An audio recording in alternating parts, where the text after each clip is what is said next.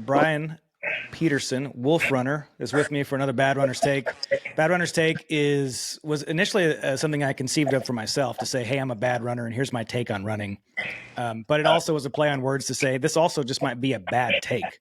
And I'm open to that, but we've got to make bad takes. Bad takes are crucial because if you're thinking them, you have to say them, because the best way to solve for bad takes is to say them out loud and someone to disagree and to give you a why. Brian and I are fairly aligned on how we see the world, but many of you see it differently, and you let us know, and that's critical. We're not here to get it right. We're here to have fun, talking about a sport we love so much, and then on top of that, we are here to contribute what we think is a unique voice in the sport. So, Brian, before we jump in, I'm gonna steer us through it. But thanks for joining me for another Bad Runner's Take. How you doing? Yeah, man, good. What is this, about our fifth one now? I think so. I think so. And it's feeling really good, feeling like a solid rhythm, getting good feedback on it. So I like our model where we can now just jump in the pleasantries, we don't have to go, how's the weather type stuff anymore. Yes, exactly. Okay. So you threw this out there and then I had a different thought. You said, hey, what about we talk about Moab 240 and the two Satisfy runners getting first and second? Absolutely worth talking about.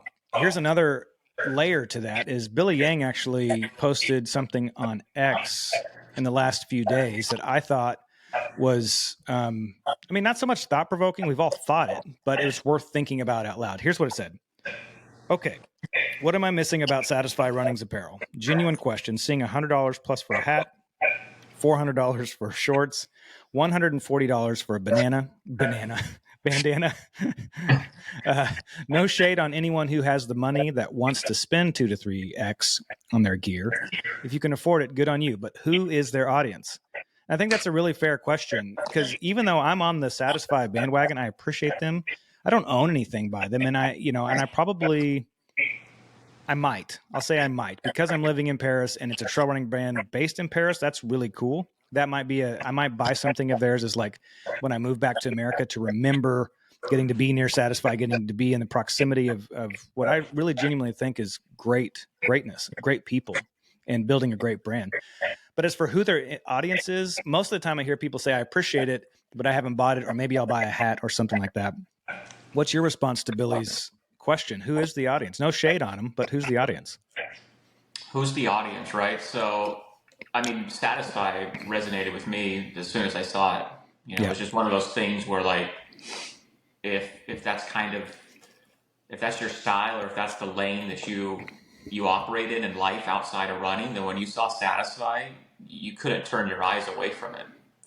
Mm-hmm. That's kind of how I think of it, right? Like, the way I think of Satisfy is that essentially it allows people who came to running or trail running with maybe a different lifestyle in their past, or they still engage with, to participate in running and wear the clothes in an authentic way, right? Like the clothes kind of blended into their style, their hobbies that they were into outside of running in a more authentic manner. So it's been said before, like, if you put on, like, if I put on like a Nike pair of running shorts and shirt, like, I felt like I was putting on a running costume.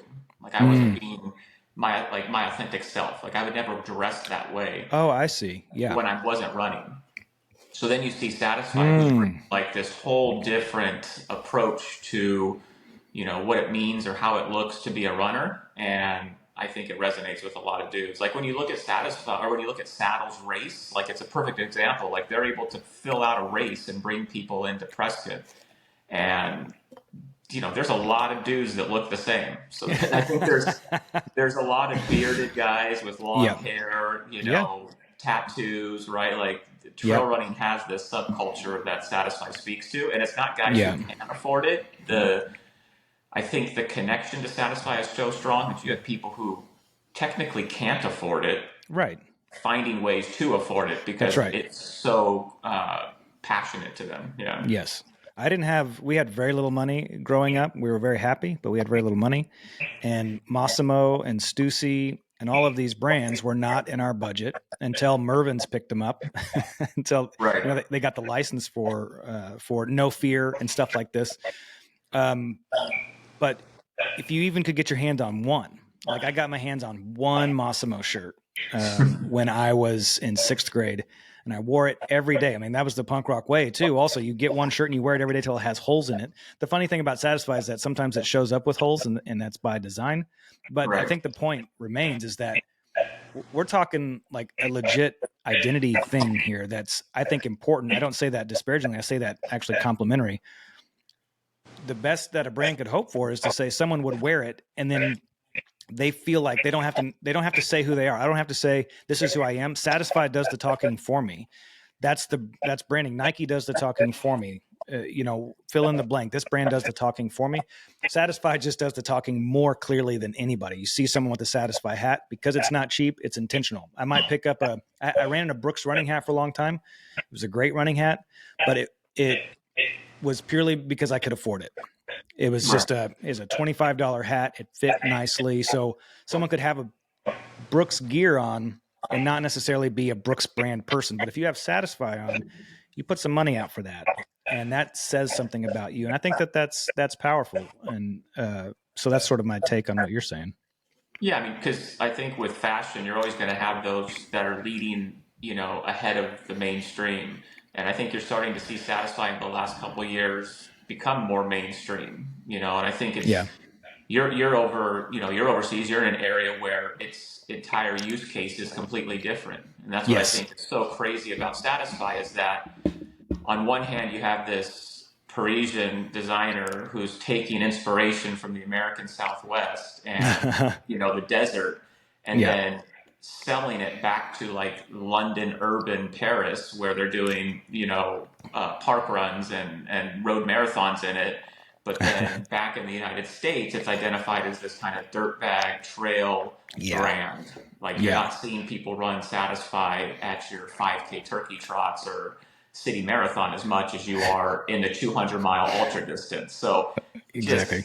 I mean, it's beautiful. I love it. Yeah. I mean, it feels like it's a brand made for Phoenix, Arizona generally. Like it's very much, I don't know, Route 66 meets metal, in terms of he's done a great job with nostalgia vibes.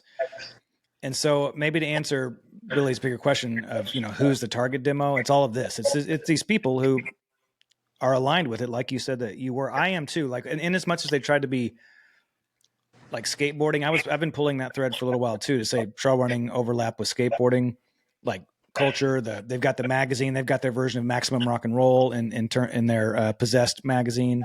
Right. So it's people who want to wear an identity, who want to clearly identify. That's more so than Speedland. That's more so than any other brand out there. When someone has a Satisfy hat on, they're aligning with something. And I think, that's why they've probably taken on so much an investment and been able to hire people like Jean-Marc Bajan and the sales guy that they just hired. And I think they're hiring daily, it seems like right now. And that's because they built that strong alignment. So now let's talk about Moab 240. So people can kind of throw shade, and I don't think Billy was throwing shade. People throw shade on Satisfy, and then it's very confusing when actually their trail runners out doing the work dominate. That to me, I was surprised too. I was like, hey, you're not supposed to have runners that are dominating. You're supposed to have runners that look cool while suffering. Right. What do you think about Moab 240? And was it Sarah Ostraszewski? Am I saying that right? And Max something? Joffrey. Yep. Yeah. Yeah. What do you think? I think that the arc of the brand rising and their athletes' profile rising has happened naturally as well, to where, they didn't just go out and like peg themselves to somebody that was already well established. Both Sarah and Max have been, getting further into the ultra distance, the 200-mile distance and beyond. And I think it happened organically, which is, kind of on brand for them. So I appreciate that. It would have looked a lot worse if they just would have taken somebody from like a Hoka singlet from last year, put Satisfy on them. Great point. Owned it. So, the fact that these two individuals did dominate Moab, like, nothing but applaud for them. They're great. They're great athletes. And I think they're pretty cool people too. Yeah, I love it. And maybe my last point on this is when I think about Satisfy, Moab 240, all of that, I think about the same thing as like a Michelin star restaurant, like really, really high end. It's not for everybody, and it's not for everybody by design. But I once ran Wasatch 100, and this woman in front of me owned a 2 Michelin starred restaurant in Manhattan, and Speed Goat Carl was her coach.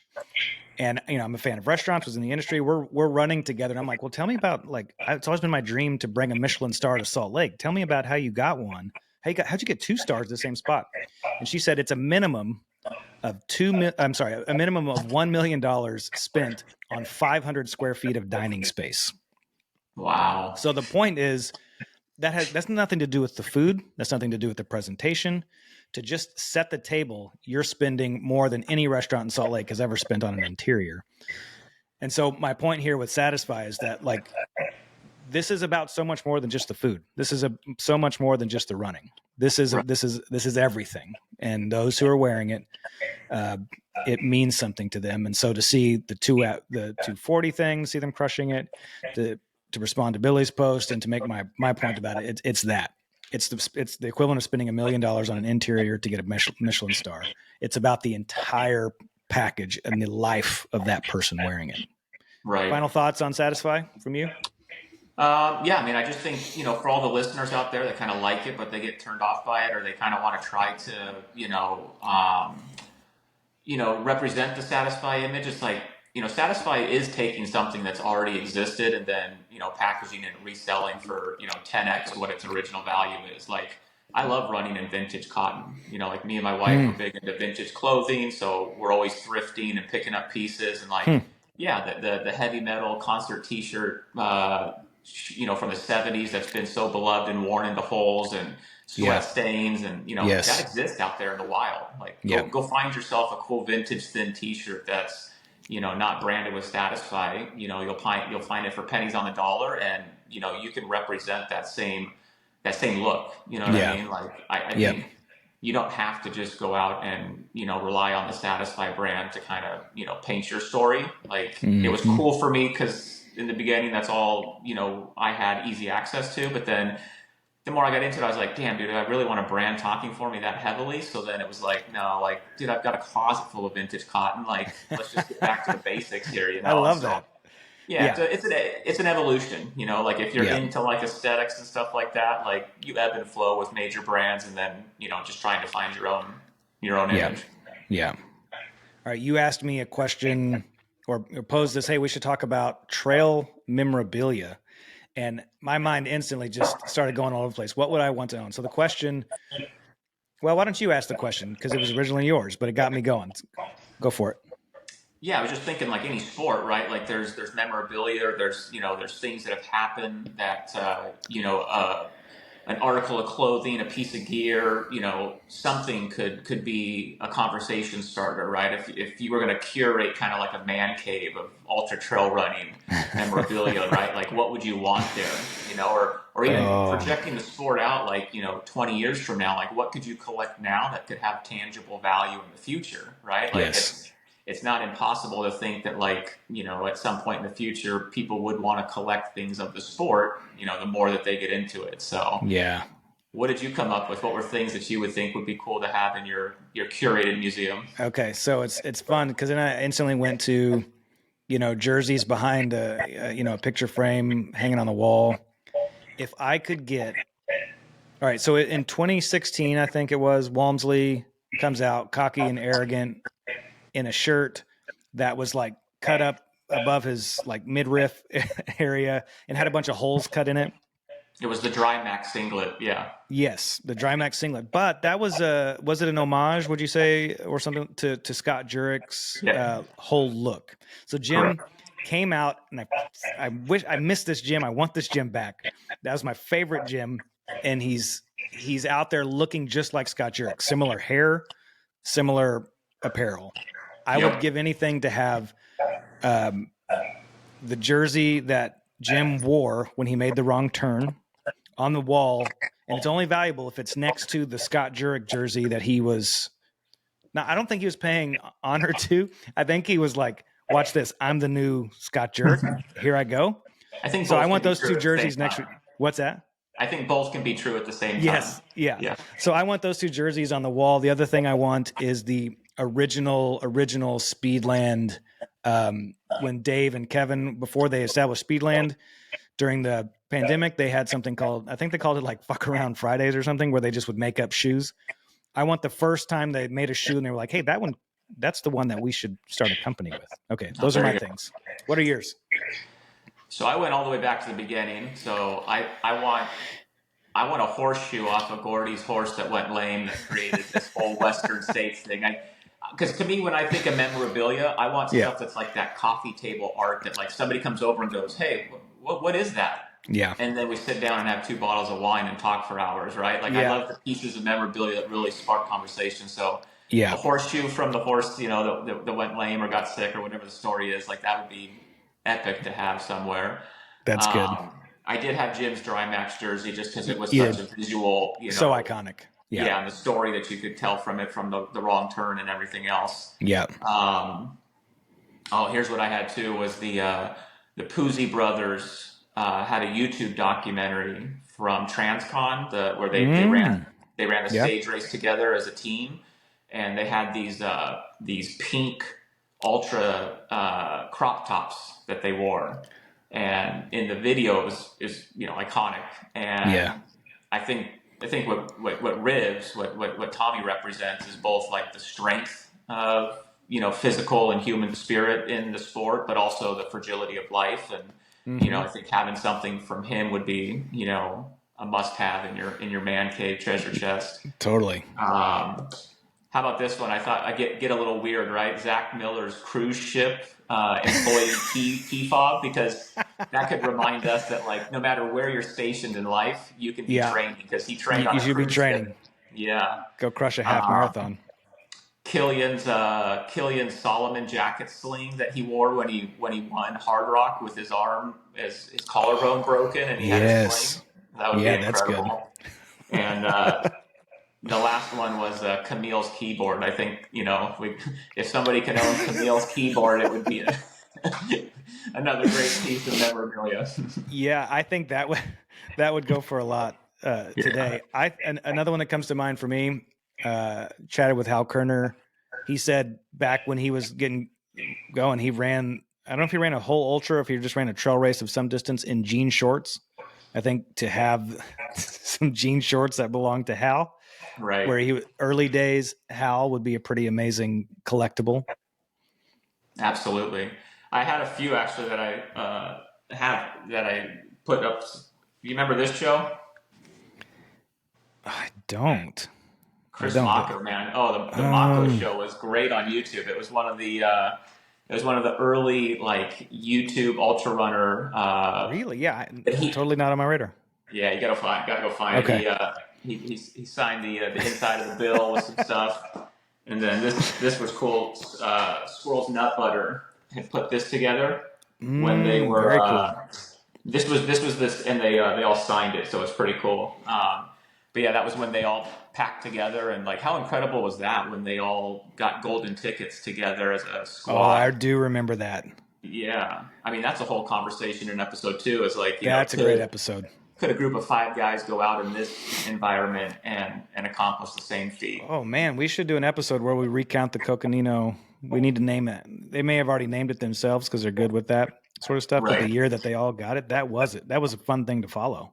Yeah. I think it was the Light My Fire YouTube docu-series that ended up tracking that. So brilliant. There's some good content around it. Yeah. I like. So your approach to memorabilia is conversational. Is it sentimental too? Yeah, because it's all exactly. Like you could tell, like there are things that like inspired me, or were just kind of like bookmarks or things that like drove it, increased my level of commitment to the sport, or being a fan of it and getting to know these guys on not on a personal level, but just more on a shared level for the sport that we're in. Yes. Okay. Here's one. Very conversational, because I love this topic, and that is, we appreciate the Gordy origin story. We appreciate it, regardless of how perfectly accurate it is. It's a great story and a necessary story, and it's like an origin story of our sport. But he wasn't the first person to run Western States on foot. There was a whole group of other people that had run Western States on foot. They were all in the military as a exercise and feat of strength a year or two before, maybe a year before. It'd be great to have something that they ran with. I don't know if it was like a full on military exercise that they did, but they weren't wearing, Speedlands. Right. Like to have a pair of the shoes. Did they do 100 miles in boots? What did they do? I think it'd be amazing to have something from that, because I think that is the first documented, running of the 100 miler in the modern era. Right. Absolutely. Yeah. And this is all like basically North American stuff. I'm sure, That's right. our, listeners over in Europe and, globally, there would be a whole different list of stuff that they would certainly want to have, like from Francois or from Xavier. Like, there's some greats there that, would also have their own list of stuff. And it's possible that people who ran UTMB year one are still towing the line. It's a young enough race. So like they want a piece of cheese from the original cheese wheel at UTMB or something, who knows? Yeah. Okay. This is good. Here's another topic. Yeah. What do you think about upcoming Javelina? We did an episode with you where you talked about Javelina. What's on your mind right now as we get closer to race day? The forecast. Yeah. Yeah, I think the October weather in Arizona is wild, right? So we've had two different weekends where the temperatures have dipped into like the mid 70s for the high, and we're thinking we've turned the corner. We're into autumn and fall weather now. It's going to cool down. We're excited, and then the 10-day forecast following it'll be right back into the high 90s, and so that's what's happened this last weekend. It was in the mid to high 70s, low 80s, and then now I'm looking for Javelina's forecast, and it's back up to 95. Wow. So we'll get another proper, heat challenge Javelina. So, I don't know. The course always runs hot because it's fully exposed, but 95 is getting up there. Have you taken a look at who's going to be towing the line? I mean, I know Joe Corcione is, because I've seen some of his posts, but as far as anyone going for the golden tickets, do you have names on that? So this is what I wanted to talk about Javelina with. I think Javelina is kind of emerging itself as kind of the nostalgic or old school golden ticket race. Yeah. It's 100 miles, so I think some of the guys kind of wait for the 100K races to come around. They don't come in, so the names aren't, they're familiar, but they're not, the Hayden Hawks kind of pedigree with name recognition. So it's kind of fun because you get to see some of these guys who, you're aware of, but, you're kind of rooting on usually as underdogs. Now they're kind of the big names at Javelina. So you got like David Roach coming off of Leadville. So he's been pretty public about, shooting his shot and going over to Javelina to see if he can, quiet the critics who have said it was a fluke at Leadville. Justin Grunwald, he's been around the sport for a while. Always fun to root for him. Interesting guy, Raj. He runs for Hoka, and he's always kind of been a 100K specialist. He set the course record there last year at the 100K, and he's back for the 100-miler. So interesting to see what he can do. You got an up-and-coming athlete with Norda, Zach Garner, who had a good, solid showing at UTMB. Super fast guy, so it'll be super fast. He's a Utah guy. He crushed the Bear 2 years ago. And the nutritionist that I really like, Jesse Rich, told me that that even his approach to nutrition, there was something really unique about it. I think his nutrition for the whole thing was purely liquid, which isn't unorthodox, but for this young kid, young, to be coming out already dialed and that fast, that is pretty exciting. I like that. Yeah. I'm a Norda guy, so I'll be definitely trying to connect with him. And very cool. I didn't know he was with Norda. That's awesome. Yep. You got Stephen Kirsch. So you're talking about an old, Coconino cowboy. Stephen Kirsch will be out there. So he's been on the doorstep a couple times with golden tickets. So hopefully he can, he can get punch his ticket this time. Matt Daniels, he's which Matt Daniels is going to show up, right? I know. He's got the Boulder Boy podcast, and he doesn't shy away from, he just can't seem to figure out the 100-miler and the nutrition. So yeah, boy, he's fast when he's on, though. Yeah. And then you got Cole Watson, another guy who's had a lot of success at Western States. So, Yeah. and then Yassine Daboun, he was a nostalgic name for me. I remember him, in the 2000 teen era being a popular guy. So I'm sure he'll have a lot of fan support out there. But Yeah. yeah, it seems like the men's field is stacked with good talent, and a lot of kind of guys maybe looking to use this as their opportunity to brighten their star within the sport. Yeah. Let's see. I'm checking this out now. I can't believe they have 824 people running the 100-miler. That's got to be the biggest 100-miler in America. It's up there. I'm not. What does Leadville get? Oh, good point. Yeah, I don't know.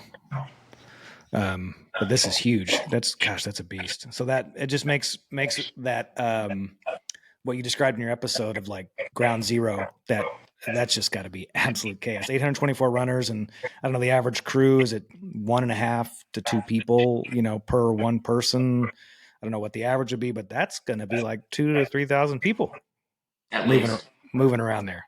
Yeah, it's at least that many. I'm sure on site at one time. Yeah, there's north of 3,000 people. Mm.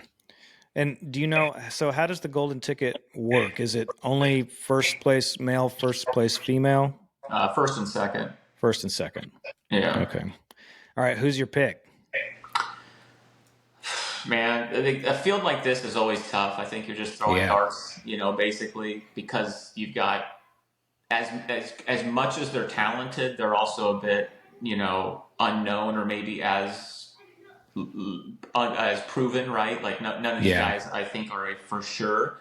But one of the guys I didn't mention was Blake Slattergren. So he got his golden ticket in last year's Javelina.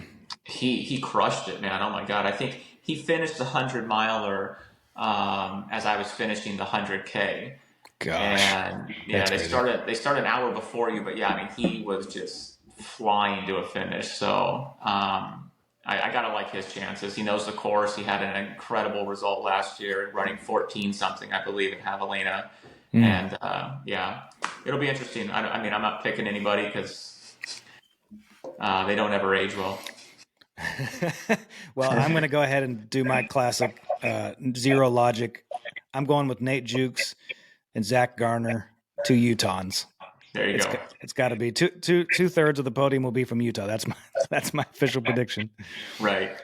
And then on the female side, I don't. I was looking through these names here. I'm not seeing any of the top ones like we have. So you got Hannah Allgood, Lauren Peretz, Anna Loudon, which I think is Anna Cassius, like by her maiden name that we know her by. She's a speedy runner. Yeah. And then you got some veterans like Nicole Bitter and Corinne Malcolm. Oh, I see Nicole. And Corinne's running it? Great. Yeah. And then you got Corinne Chavoy. She's a speedy Aravipa racer. Yeah, I see her now. She's on Troy's podcast. And then Riley Brady. I think she's or they've punched their ticket in the past as well. Yep. So, the women's field, again, solid group of women that'll be out there. I mean, it's Javelina. Like, Javelina is so weird because it technically kicks off the 2025 Western States Golden Ticket Series. Yep. But it does so with zero, like, fanfare, like, zero media attention to it. Like, it just highlights kind of the same drum that we beat on this Bad Runners Take of, like, we just saw Golden Trail Series come to its conclusion this weekend. Right. And, they would never kick off the Golden Trail Series, as quietly as the Golden Ticket Series does, right? And so, I mean, Hoka's the presenting sponsor. You would think that they would, seize the opportunity to put a little bit more money and attention into building up a true calendar series leading up to Western States. Yeah. Okay. When you compare it to Golden Trail, and then we see this, I mean, they don't even live anywhere near the same category as my mind, but I think I hear what you're saying. So there is potential if they build storylines, if they put some money into building this up, the consumption of it from those of us who aren't running it would increase significantly. I mean, I'm not going to be, watching anything to do with it, but I'm excited to see the results. But just from an I Run Far perspective, when they do the weekly rundown of what all races happened this last week and who won them, but you're exactly right. If the Golden Trail is so coveted. I'm sorry, the Golden Ticket is so coveted, but uncovered. Huge potential there. Right. I think it just takes them creating kind of like a like what Golden Trail Series has is it's not reliant on like a third party media. They own their own narrative and their own product, and so the Golden Ticket Series relies on Single Track and Free Trail, and those are the two big podcasts now, and so the hype that gets created around the Golden Ticket Series is kind of up to them. Like if they choose to lean into it and do athlete interviews or profile the races, then it starts building hype and momentum. If they don't, then it doesn't. Yeah.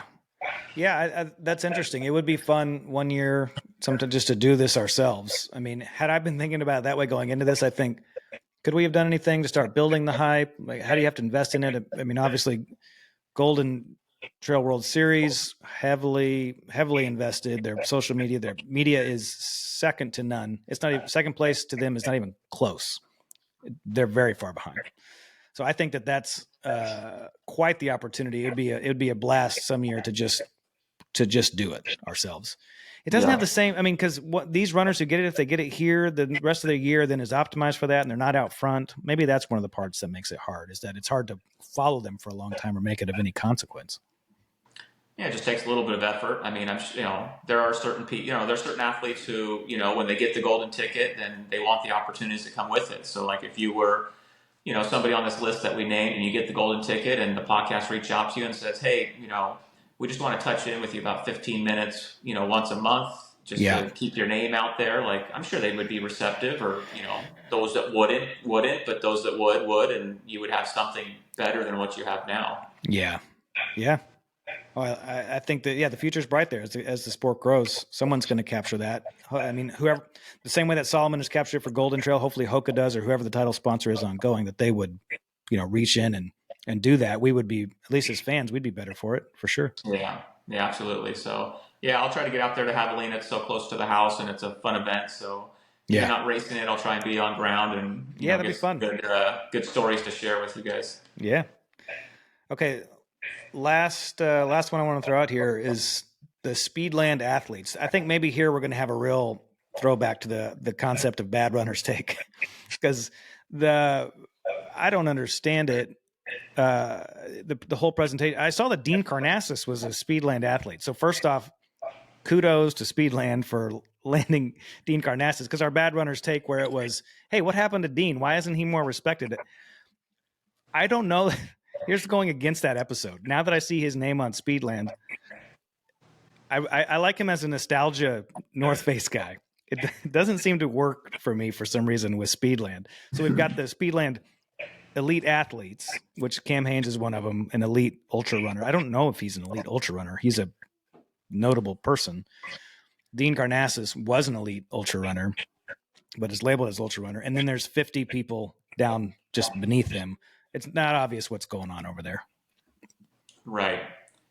Yeah. So, I mean, you're right. I mean, I don't know. It didn't seem kind of on brand for a boutique shoe company like Speedland to highlight, so many, I guess we're just going to call them ambassador runners at this point, again, and this is we always want to make sure we give the right foundation here. Like, this is no knock on the runners and the individual people that are highlighted on there. Like, I'm sure that's a thrill for them, and I'm sure this was all done in like a good, with good intention and with good spirit, and very good all point. of those individuals well deserving and probably work hard as well, right? But it just didn't. What's the criteria? Like, if you're Speedland, like you're selling a premium product that's got exclusivity based on the materials you use, the price point for people to afford it, but then to be highlighted on the brand website itself. What was the criteria? Because I kept scrolling and was like, holy crap, I've never seen this before on on a company website. It was, it almost then kind of diluted the exclusivity and premiumness of the brand. And then, I was just kind of like, where do I go with this? How do I wrap my head around the fact that it just felt kind of like I don't know, like a Tupperware or Avon roster. Like, hey, these are the nation's best sellers across the 50 states for X, product, basically. Yes, I couldn't agree more, and I do want to reiterate it just for to say what you said. Not a knock on the athletes; it's a knock on the overall strategy of, hey, what exactly is going on here? Everyone has ambassadors, and these people all probably deserve it just as much as anyone. I don't even know what it is. Do they get discounts on shoes? Do they get some shoes?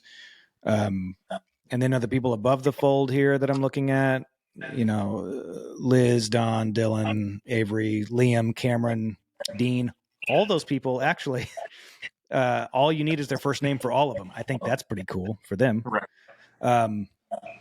The strategy doesn't make sense here because everything's premium.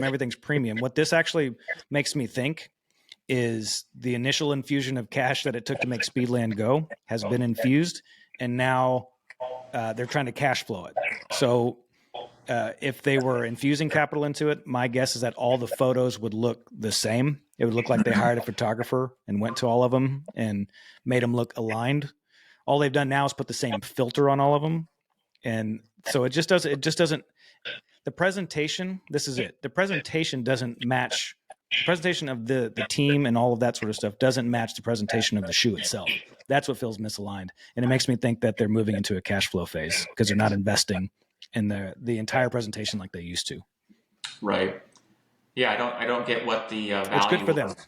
Yeah, I don't get what the value was for it. You know what I mean? Yeah. Like it's only going to create maybe a sense of not entitlement, but like others wanting that as well. So you put so many on there now that if I were a Speedland aficionado and major supporter of the brand, and I wasn't on there, now you've made me kind of feel spited because you put so many other people up there that now you've made me feel excluded from something I didn't even know I wanted to be a part of. Yeah. And it'll be interesting. I mean, just the future of Speedland in general is, a tale of two brands. As we end this, it's kind of we're now talking about the same thing we were with Satisfy at the beginning. A premium brand where Satisfy is clearly taking on capital, taking on investment. And so they're able to keep the whole presentation fully aligned in the identity and everything. And now you got Speedland on the other side that, to my knowledge, hasn't taken on investment. And that's great. If they can cash flow at this phase and they're going to move into that and it works, that's actually the dream. Taking on investment, that's a nightmare. That's so hard. So I hope that they can accomplish it. But on the same end, when you're a premium brand that costs $240, $340, whatever, I think the website, every inch of that whole brand's presentation needs to be aligned and really, really dialed. And I think that's the overarching curious thing. So again, to say, not a judgment on the athletes, congrats to the athletes that are on this page, but it just makes me curious about the future of Speedland, to be honest. Right. And curious. I mean, I literally mean that. Curious, not doomed. I'm just genuinely curious. Right. Yeah. It was a fun thing. Again, we're as being entrenched in the sport, like you always stumble across different things, and you didn't know it would be a fun thing to talk about. But it was just the more I kept doom scrolling, then I was like, all right, I got to what's happening over to Josh and see if I'm just off base on this or if there is something here. Well, it really made me put my money where my mouth is to see Dean on there and to think, hey, a few weeks ago, we were really going to bat for this guy. And now here he is. And I thought, I think I meant it. I mean, I meant everything I said in that episode. It's just interesting now to see him on one of the brands that's like at the forefront of the sport and to see, does that make sense? Will it lead to sales? We may never know. Yep. I mean, all I know is that, Speedland, does have a passionate group of, of fans and believers. And so, hit me up, let me know, what you think your take is on that or what you know about it. And, this is an open conversation. So it's Bad Runner's Take and 100%. And maybe that's what we just gave. Maybe we just gave the worst take of the year. Exactly. Brian, thanks for joining me. Absolutely. Let's do this again next week. Yeah, you bet, man. All right. See you.